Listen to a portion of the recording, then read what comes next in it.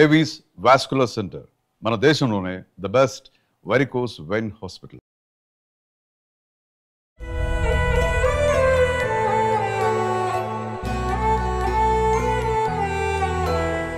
మనకి సోషల్ మీడియాలో న్యూస్లో చాలా రకాల వార్తలు వస్తూ ఉంటాయండి.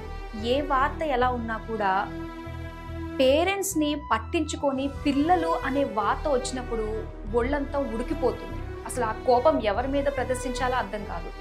చిన్నప్పటి నుంచి మన కోసం మన పేరెంట్స్ ఎన్ని త్యాగాలు చేస్తారు. మనం పెద్ద అయిన తర్వాత మన బిజీ లైఫ్లో మనం టైం లేదు అని ఎన్నో ఎక్స్క్యూజెస్ వాళ్ళు చెప్తూ ఉంటాం. కనీసం ఒక కాల్ కూడా చేయడానికి టైం కూడా మనం తీసుకోము. మన నుంచి వాళ్ళు ఏం కోరుకుంటారంటే ఒక ఏజ్ వచ్చిన తర్వాత మీరు ఇచ్చే డబ్బులు కాదు, మీరు ఇచ్చే లగ్జరీ లైఫ్ కాదు, జస్ట్ ఒక టైం, అటెన్షన్. ఫోన్ చేసి ఎలా ఉన్నావు, తిన్నావా అన్న మాటతోటే పొంగిపోతారు. సో మనకున్న విలువలు అలాంటివి. మన భారతదేశంలో మన కుటుంబానికి మనం ఇచ్చే విలువ ఎవరు ఎక్కడ ఇచ్చి ఉండరు. కానీ అలాంటి మన భారతదేశంలోనే తల్లిదండ్రుల్ని పట్టించుకోకుండా నేను నా స్వార్థం అనుకుంటూ మనం ఇష్టం వచ్చినట్టుగా మనం ఫోన్ చూసుకుంటాం, ఫ్రెండ్స్తో మీట్ అవుతాం, ఎక్కడెక్కడికో వెళ్తాం, కానీ పేరెంట్స్కి మాత్రం ఫోన్ చేయాలి. ఇదంతా నేను ఎందుకు మాట్లాడుతున్నానంటే ఇలాంటి సంఘటన నిజంగా చూడంగానే కళ్ళు చాలా చెమర్చాయనే చెప్పాలి. ఎందుకంటే అసలు ఒక వృద్ధురాలి శవం తన ఫ్లాట్లో 10 నెలల క్రితం చనిపోయిందంట. ముంబైలో కోటీశ్వర్లు వాళ్ళు. కొడుకేమో అమెరికాలో డబ్బు, హోదా, అంతస్తులో చాలా గొప్పవాడట, పెద్ద ఇంజనీర్ అంట. అమెరికా నుండి ఇండియా వచ్చాక తన ఇల్లు తలుపు తెరిచి చూడగా సోఫాలో మోకరిల్లు కుళ్ళుతూ ఉన్న వాళ్ళమ్మ శవం దుర్గంధంగా సగం పైగా అస్థిపంజరం బయటకు కనిపించేంతగా కుళ్ళిపోయింది. అసలు అలాంటి సిచ్యువేషన్ ఎలా ఉంటుందండి? అసలు ఆ కొడుకు ఆ ప్లేస్లో ఉండి చూశాడంటే నిజంగా నేను ఎంత తప్పు పని చేశానని చెప్పేసి తల పగలగొట్టుకుని అక్కడే చనిపోతారేమో కదా. కానీ ఆ కొడుకు ఏం చేశాడో చూద్దాం.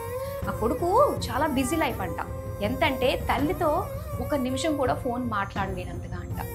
ఈ మహానుభావుని అడిగితే ఏం చెప్పాడో తెలుసా? 18 నెలల నుండి తల్లికి కాల్ చేయలేదట. అసలు ఎవరుంటారండి 1 రోజు 2 రోజులు, ఇన్ని నెలలు ఏమైపోయాడు? ఎటుపోతున్నాయి అసలు మన మానవతా విలువలు? నాకైతే అర్థం కావట్లేదు.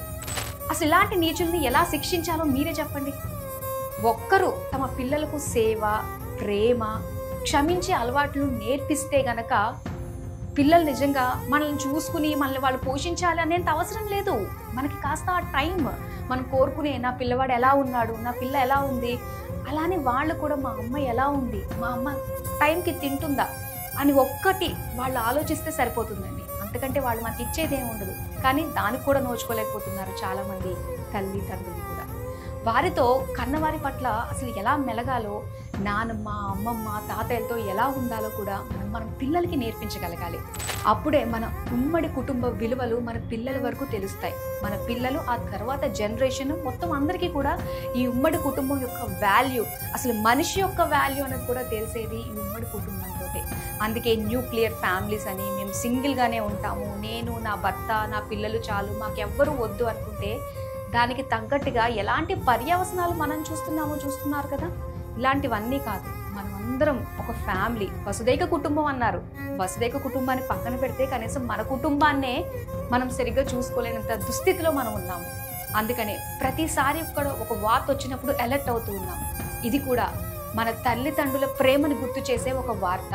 నిజంగా ప్రతిరోజు టైం పెట్టుకోండి, అమ్మ నాన్నకి ఫోన్ చేయండి, ఎలా ఉన్నారు, తిన్నారా, ఉన్నారా అని కనుక్కోండి. ఇది జస్ట్ మన బాధ్యత అండి. ఇది కూడా విస్మరిస్తే ఎలా?